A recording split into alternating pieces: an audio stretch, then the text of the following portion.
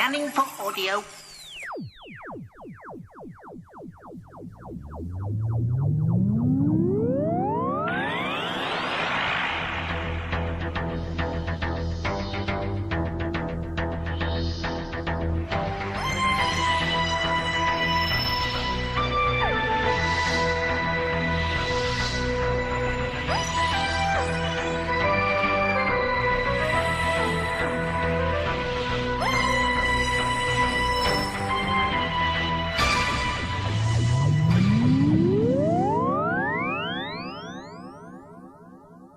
Hello and welcome to Tin Dog Podcast number 500. Yes, I've been going for longer than anyone cares to think about these things. And as always, on these special occasions, I have a special guest to chat to, and it's none other than the man who isn't known as Mr. Doctor Who, although for a short time he kind of was. It's Paul Cornell. Hello, Paul. Hey, good evening. How are you? Absolutely fine. Now, you've been busy beavering away, producing a rather nice little, well, it's the Four Doctors. Well, to be precise, it's just called Four Doctors, but I keep dropping that "the" back into it as well. I can't avoid it. It just is a habit of speech Doctor Who fans are programmed with. It's chiefly not got the "the" in front of it because there's a Big Finish title, that, and also because it adds a certain little bit of difference to it. And so, yeah, but everybody's always going to call it the Four Doctors. I don't know why I even bother correcting people now. Well, you know, all those years ago on Smash Hits, the Pet Shop Boys used to correct everyone who said it was the Pet Shop Boys because it was just Pet Shop Boys. So, you know, we're used to people being... Exactly. We're used to people being pedantic. We are Doctor Who fans after all. Mm. I know. So, let me see. Now, the question is, although there's Four Doctors, I know The Four Doctors was a remarkably good Big Finish audio, but that's not what we're here to discuss at all. We can chat about that sort of thing in a bit. But where do you get it from now? Is this just an electronic comic? Because they seem to be all very fashionable these days. It's a comic-y comic. It's available in your comic shop, or by mail. Or as a digital comic on stores like Comixology. And so, yeah, it's very much a physical comic. Basically, Titan have cancelled their 10th, 11th and 12th Doctor comic lines for 5 weeks. And I get to, me and Neil Edwards get to create this lovely 5-issue weekly crossover between all three of those lines. No, it's available in all good comic shops a week tomorrow. And then, of course, a couple of days later, on Saturday, I say a week tomorrow, of course, you guys won't know when that is, when this appears. That is to say, it's out on Wednesday, the 12th of August. And a couple of days later, on Friday, the 14th of August, is Doctor Who Comics Day, where worldwide there'll be all sorts of creators in all sorts of comic shops.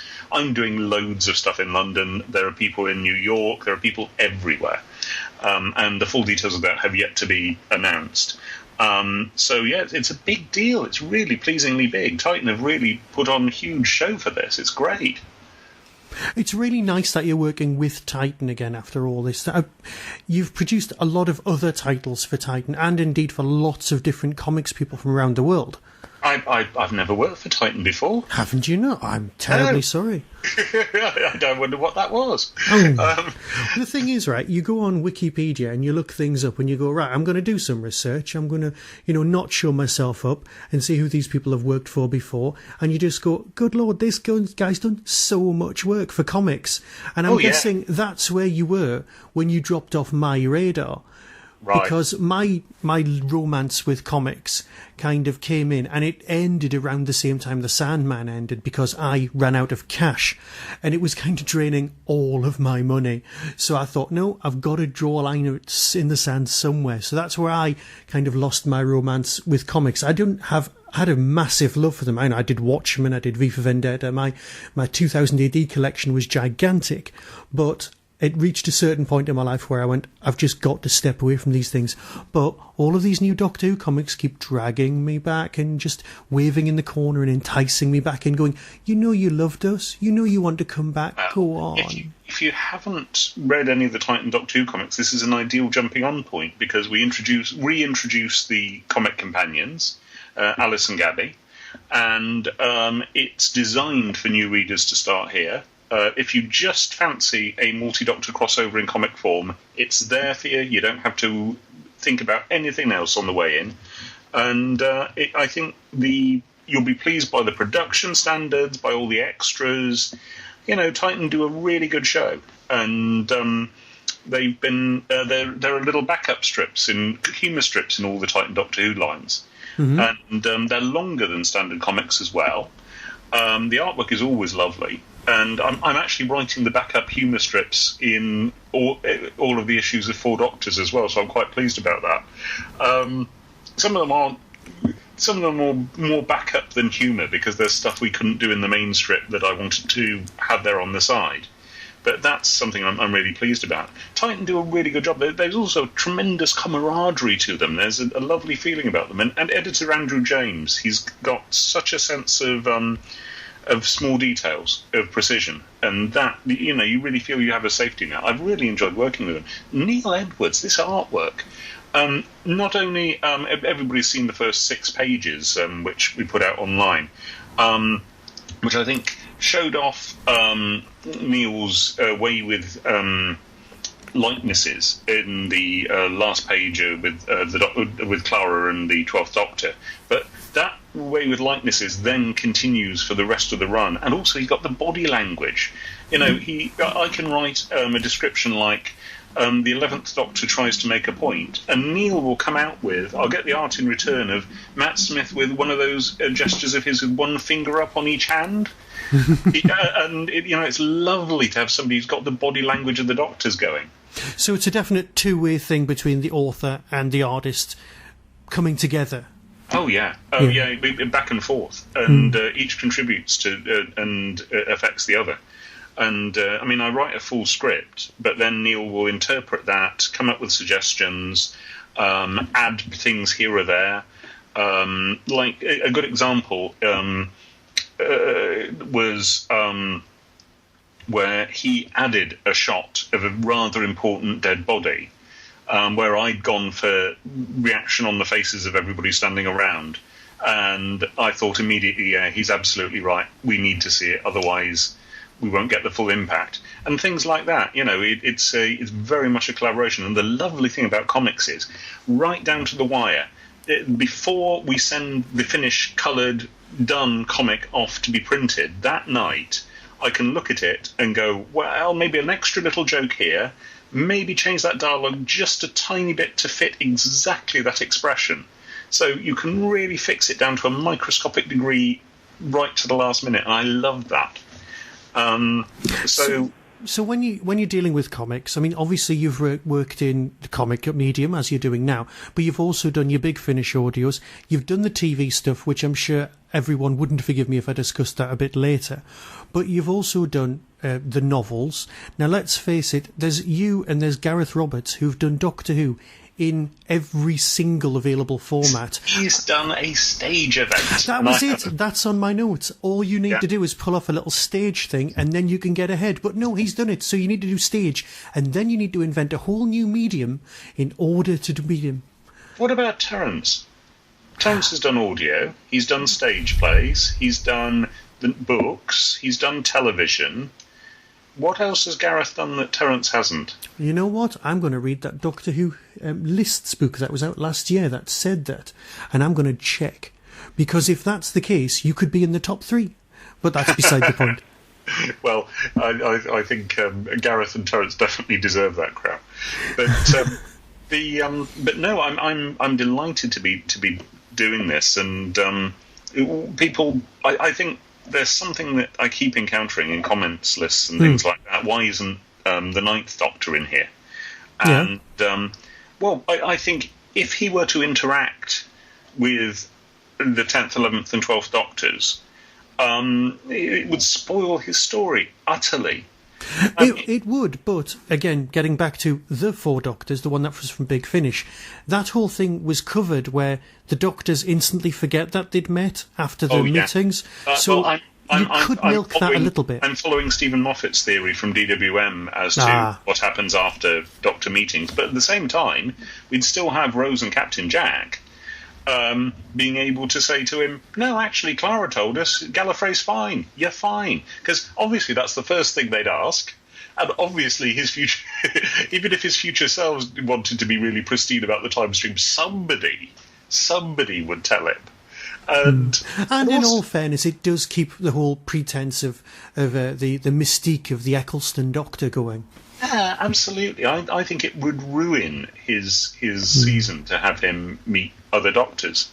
But what's really important about this is that I really want to emphasise that I love that Doctor, that we all do. That Titan are in the middle of doing a miniseries about him, which is really good. And it's just that we think that he's kind of in a sacrosanct little bubble, and in terms of interaction. And also this was designed to be a crossover between the three ongoing Titan titles, and we're still in the middle of the Ninth Doctor's miniseries, so it would be a really weird and awkward juxtaposition there as well. But, people have said it's because we don't like him and don't think he's worthy, and that's just not true at all. You've got to look at the Ninth Doctor and really be able to step back and see him for what he was, and that's perfectly understandable. You were talking about the way that comics and comic writing is very interactive with you and the artist, and especially, I'm guessing, with the editors as well. Now, you've worked with other people on your writing quite a bit, obviously with your wife on some of the Big Finishes, but there was Circular Time and as well as Seasons of Fear and things like that. So do you prefer writing collectively, and how do you approach that, or is it more of a... Yep. No, it's just me. I like writing on my own really very much. I haven't collaborated for a long, long time, and it's... In both of those cases, it was because I wanted those guys to bring something new to the table, and they did. And but generally, I like it being just me and the page. Mike it was about him writing 2 episodes and me writing 2 episodes, and with Caroline, of course, it was part of a whole courtship ritual, and it was. Wow, I haven't even thought about that in years. I suppose I have collaborated with others more recently with Wild Cards for George R. R. Martin, writing parts of writing stories to fit in with the Wild Cards, yeah, one of his Mosaic novels. Yeah, but. No, anyway, so yes, just me. Just you, all by yourself, and that's fine. And even with the comic books, they're kind of just giving you the visuals to go with your vision. Yeah, but, it is more collaborative than that. I think a lot of artists, to give them a writing credit would be wrong, but I think one should be aware of absolutely how much they contribute in terms of storytelling. The thing is, for a while, you were, the go-to guy for Doctor Who. My copy of the Discontinuity Guide is the single most thumbed thing on my shelf. When my mate Andy died, he left me his copy in the will because he knew how damaged mine had become. Oh, that's terrific. And it's sort of sat here. It's actually bound in that Fablon stuff you used to do books at school in, just to try and keep it alive. And then you sort of stepped back, which is completely understandable, post sort of TV adaptation of Human Nature, and then you wanted to reinvent yourself doing other things so that you could become almost justifying it to yourself, listening to other interviews. Yeah. Are you all right? I'm. Oh, you mean because I just... The mic, yes. Right, I thought you were asking about my mental health. No, sorry. Well, I can do that if you want, but let's go back. If you could just start answering that again, and I'll edit that bit out. Well, no, you don't have to. Don't worry about it. Oh, fair enough. I'm a lot more comfortable these days. I think I've proved myself away from Doctor Who, and because I did feel that it was the only thing people knew me for. And there's something that happens on Twitter, which is that every a couple of times a week, somebody will say, "Are you coming back to Doctor Who?" And I'll have to go, "No, really, no." And the most awful variation on that is when I go, "Oh, I'm announcing something exciting today." Oh, yeah. And somebody says, "Oh, are you coming back to Doctor Who?" And I go, when it's announced, I go, "No, actually, it's my collected short stories, something I've waited for my whole life." And they go, "Oh, well, maybe next time." And it's kind of like that. The rest of your career is second class to what everyone expects. Exactly. That's the spectre I've been living under for such a long time. And but I feel in recent years I've really gotten away, and so now I feel happier about coming back. I don't feel that I'm pulling an albatross back onto my shoulders. I think that I can come back when I like now, which is a really good feeling. Yeah. And also it lets me enjoy it more. And I've become, a fan again. I've been going to Gallifrey as a fan, the Gallifrey convention in Los Angeles. Ah, yes, I Dream of Gallifrey, which I'm sure is the title of a book in there in itself. And so, I can let my fanishness happen without worrying. Yeah. So this is really good. No, and it's always nice to be able to just sort of let yourself go and grow into yourself. I mean, you talked about there was a project years ago that you mentioned, which I never saw evolve, which was, I think it was called Chalk. Good lord.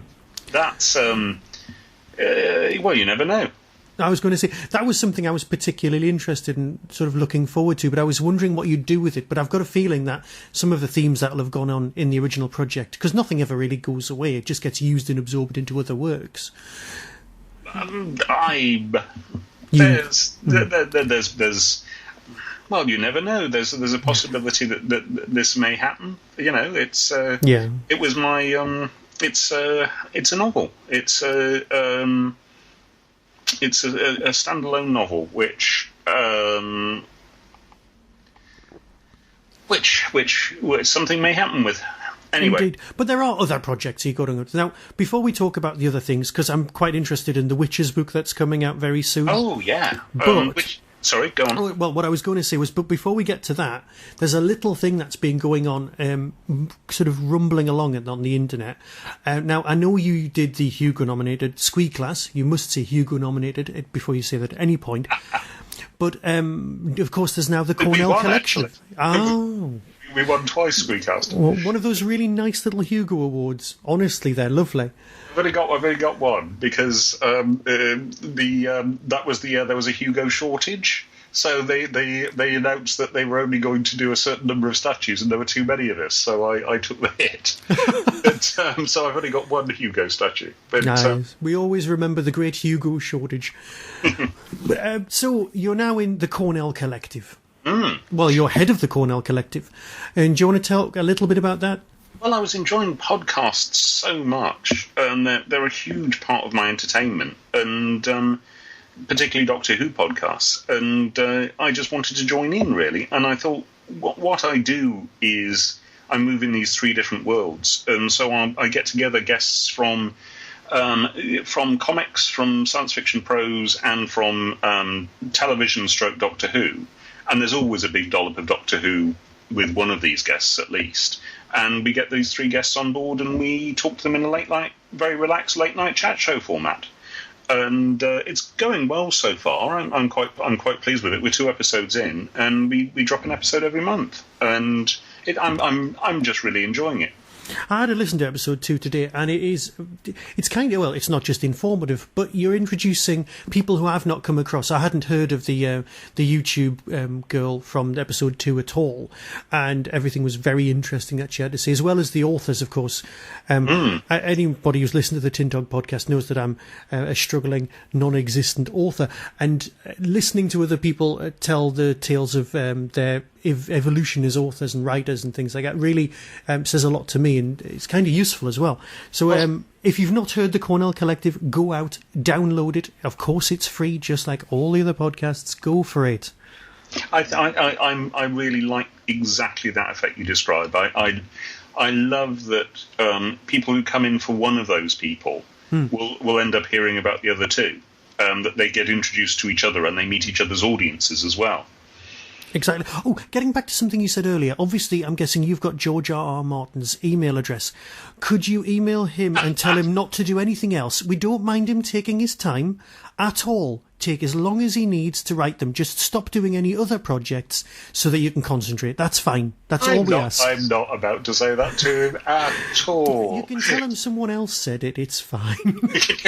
Yeah, like that would make it any better. Not at all. I know. We're worried about him. We're worried about his characters. I was very pleased that he took several blogs out of his schedule to really tear the living daylights out of the sad puppies recently. I thought that was a good use of his time. Oh, fair enough. But Sorry, we're wandering now, and I've taken you completely away from the Cornell Collective. Yeah, well, I think that's all there is to it, honestly. Well, in that case, I just need to ask you a couple of more things. I've got a massive list, but I don't want to take up your time. I meant that's all there is to it about the Cornell collection. Oh, right. Fair enough. Do keep on going. Okay, next on the big list of things to chat about, obviously, is your new Witches book that's coming out, as you are indeed a ridiculously busy writer, wanting to spend time by himself as you are. I've got four things coming out in 6 weeks. Four? That's just far too much. Two comics, a short story collection, and a novella within 6 weeks. So publicising these is getting really tough. I'm having to do joint blogs where I separate them out, and my Twitter audience must be getting really bored because I just have to keep leaping between different things. And we're all going to have to make a choice between which ones we buy first. Well, I hope that's the choice. The Witches of Lichford is a novella that's coming out from Tor.com, which are ebooks and print on demand, so you can have a physical copy if you want one, if you order one from your store. It's the second in Tor.com series of these, which is an ongoing monthly series, so I'm very honoured to be so high in the batting order. It's about three disparate women in a little Cotswolds town in the present day who band together to fight the onset of supernatural evil in the form of a supermarket chain which is arriving in their town. And it's kind of, there's humour, it's a little bit Pratchett-esque, but there's also great darkness as well. And I'm immensely proud of it. It's me doing that modern fantasy thing, and really, really delighted to. Again, Tor.com are a good house, and there's a lovely cover, and I just can't wait to get the first physical copies in my hands. I'm delighted by that, and that's out September the 6th, certainly in the first week of September. It's got a very nice looking cover. It's gorgeous, isn't it? It is very nice. It's one of those things you'd walk into a bookshop and you'd go, "Ooh, what's that?" And it would just sort of attract your attention from the corner of the eye. It's not overstated. It's nice and subtle, but it looks like it would have a nice feel while you were reading it as well. It's one of those textured things. And it's kind of, I wanted to write something for and about the people where we live now. We're in the middle of the Cotswolds, and I wanted to write something that would appeal to people around here and people who might want to come here and have a real feel of this very, very deep Englishness to it. Well, yeah. Yeah. There are witches in this story. Obviously, you've got the Damned Band going on as well, which has got some more demonic aspect, shall we say. And then on the internet, you describe yourself as a pagan and a Christian. Now, you've got, obviously, your wife's got her, well, I wouldn't say even job, I'd say her calling. Oh, yes. Yes. And you've got yourself down as a pagan. Now, as someone who also has, let's call it a green man door knocker, and we'll leave it there. Well, that's between you and your doctor. Yeah, exactly. Do you want to talk anything about that? Because it's kind of interesting. Well, I tend not to talk about this because if you don't want to, that's absolutely fine. No. But I do when asked. I think there's a difference between being asked and just inviting yourself. I'm a Christian with pagan sympathies. That is to say, I was a Wiccan at college, and I've always adored Wiccan practice, and I see no conflict. Most of the magic that's been done in Britain in history, and I think this is reflected very well in the book of Jonathan Strange and Mr. Norrell. Yes, was in a Christian context, and that's something that's completely lost as an idea now. That most so-called witches, most practitioners down the centuries would have regarded themselves as Christians while being Wiccans, Wicca was invented by Stanley Gardner in the 1920s, but while being whatever the original belief system that Wicca was a translation of. I just don't see the need to cast it aside or be anti it just because I've got this new thing going which doesn't feel antithetical to it at all. And I've certainly practiced. Caroline hasn't. She's just been invited to some ceremonies and stood there watching, observing. But I think that's an important distinction to draw. But now I've practiced with my belief system. At an EasterCon, Liz Williams led a circle, and I was very grateful to be invited to participate in that, and did so with some Christian contribution. You know, it's a considerably more. I think I like to look at it as a more of a medieval approach. It's like, yes, there's this, but there's also this, and they're all ways of looking at the universe. Yes, indeed. And if we're being truly ecumenical, that is to say, if we're not fighting with Buddhists and and it's a fairly one-sided fight. Well, yeah, that would be yes. And with Islam and things like that, then we recognise Wicca too, and largely this is what happens on a wherever these encounters happen. I mean, there's Liz Williams describes a lovely vicar of Glastonbury who really gets on with that community, and so yeah. I can't say it enters much in my day-to-day life now, simply because I'm not somewhere where that happens very much. But I wouldn't say no to it, and I think it's all about spirituality. Needless to say, I'm a very liberal Christian, but to my great pleasure, I found the Church of England generally is. It's a very loose federation.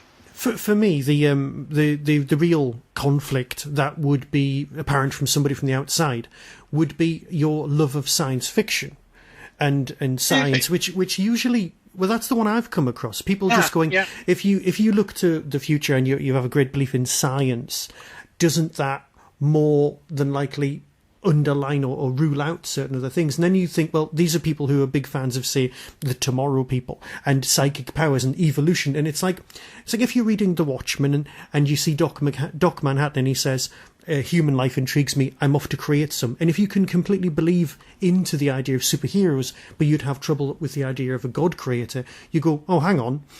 Well, let me see. I believe in rationality myself. I believe in science. I believe in evolution. I accept the argument of evolution. I think that a powerful sense of skepticism is really important. And the first thing Caroline was told, literally the first thing, that when she went to theological college, the principal got up in front of them all. It is like Hogwarts, and said to them, "You are here to learn doubt," and that's been very much part and parcel of her calling. And it's a considerably healthier attitude to have than someone who just has complete faith in something. Well, yes, because complete faith it blocks everything else out. I always found the word faith to be a really it doesn't really describe how I feel. I have a belief. Yeah.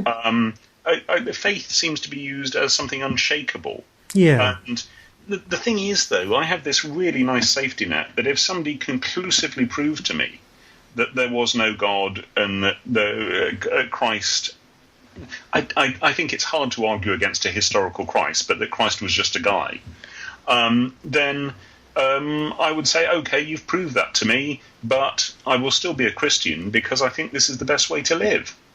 I think that there's a whole branch of Christianity called the non-realists who don't actually believe that there's a God, but who think that this is the best way to live one's life. And, it's not that I would believe in the face of the evidence. I would still act this way in the face of the evidence. And I think walking the walk is more important than talking the talk or having the belief. Ah, yes. But it would be very hard to prove to me that. And, anyway, this has gone in a direction I didn't expect. Well, that's absolutely fine. That's not a problem. I'll drag you back. That's not a problem. Here we are. You always finish the Cornell Back Collective. Back in the room. It's fine. You always finish the Cornell Collective with one question, which is, what's your favourite piece of work? So let's turn it round, because you never get to answer that. Let's find out, at this moment, what's your favourite. Now, you can choose from the 4 that you've got coming out, or you can go all the way back if you want, if there's some sort of gut reaction. Can I choose one from each medium? If you wish, you can do whatever you want. You're the guest. Televised human nature. Okay. Lovely direction, great cast. Russell's bits are wonderful. Even over Father's Day? Yeah, actually, yeah. Don't quite know why. I don't think I got the time paradox right in Father's Day. I think that I like time paradoxes where it's all absolutely like clockwork. Yeah. And that's a more emotionally driven one in Father's Day, and that always annoys me a bit. So human nature, comics. I'd name both these 2 comics currently, but back in the day, because one always tends to be in love with one's current thing, but I think This Damn Band is awesome, actually, in terms of the artwork and all that. But more about that later. But the back in the day action comics, or Knight and Squire especially. And I'm very proud of what we did with Fazia Hussein on Captain Britain. And in books... I think the Shadow Police novels are pretty good. But my Jonathan Hamilton stories, those short stories in 4 different places, delighted with those. That's my favourite thing in prose. Well, there you go. For me, I'll always come back to this because it's one of the few Virgin novelisations that hasn't sort of found its way into storage. It's got to be No Future. Really? Yeah, I'd gone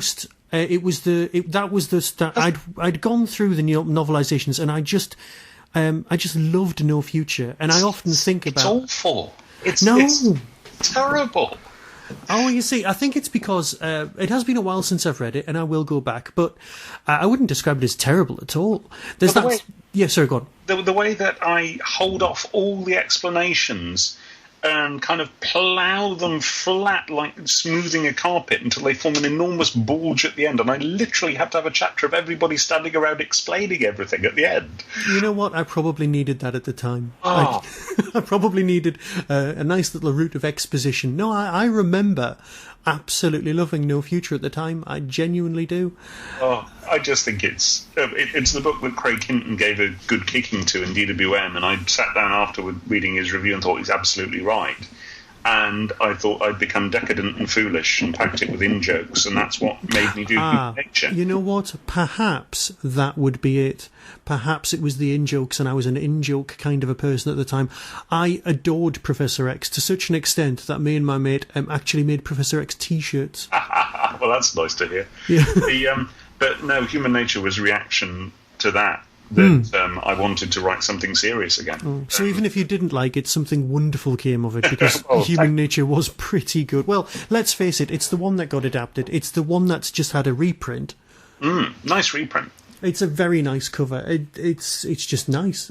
I was really pleased with that. They've done a really good job. So, before we sort of finish off this remarkably nice chat, is there something else you wanted to talk about? Because I think This Damn Band deserves to have a bit of a chat. Oh, well, thank you. It's my 6-issue miniseries from Dark Horse, which will be out, the first issue, which by the time your listeners hear this, it's about the most famous rock band of the 1970s, who would like to say that they worship the devil and discover to their absolute horror that actually they worship the devil. It's a Ghostbusters-style horror comedy, and it's told to camera like a mockumentary, with interviews and concert footage and handheld cameras following them around, so we get to see the gap between what they say and what they do.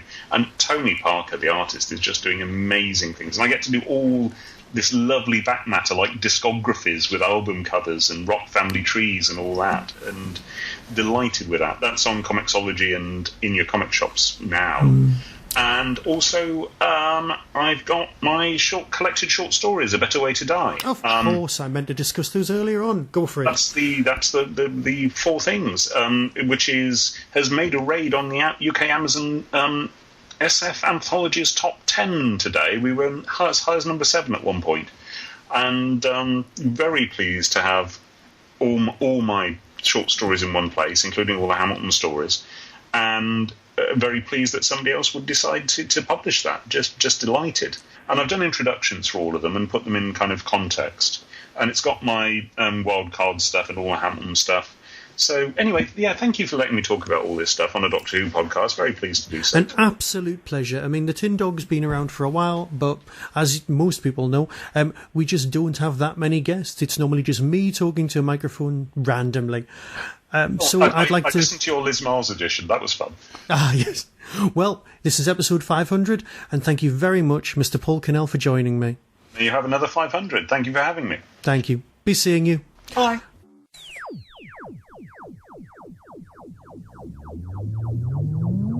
You've been listening to the Tin Dog Podcast, available on RSS, iTunes, Stitcher, Audio Boom, and Tumblr. Doctor Who and its associated works are copyright of the BBC. No infringement is intended.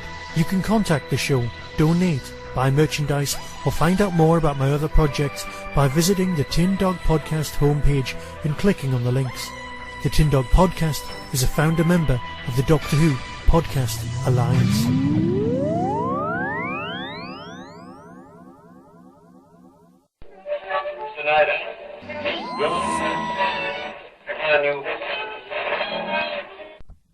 On the 5th of September 2015, Hooverville will return.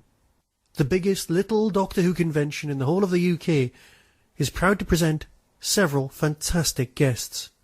First off is the Colin Baker, a man who needs absolutely no introduction. Guests also include the author Jenny Colgan, responsible for Dark Horizons and Time Trips, Richard Marson, the man behind JNT, The Life and Scandalous Times, and the brand new book Drama and Delight, the biography of Verity Lambert, Dan Starkey, the man behind the mask when it comes to Commander Strax, and of course Ian the Elf in the Christmas special, Terence Dix, one of the men behind the Third Doctor and more Target novelisations than you can shake a stick at, the actor David Benson, from Robot of Sherwood, Iris Wildtime and the Scarifiers, Matthew Waterhouse, yes, Adrake, Michael Pickwood, the current production manager on Doctor Who, and Karen Louise Hollis, author of The Man Behind the Master, the biography of Anthony Ainley. More guests may be added, but either way, that's a fantastic lineup. Visit the Derby Quad website on www.derbyquad.co.uk and follow the links. Saturday the 5th of September 2015. See you there.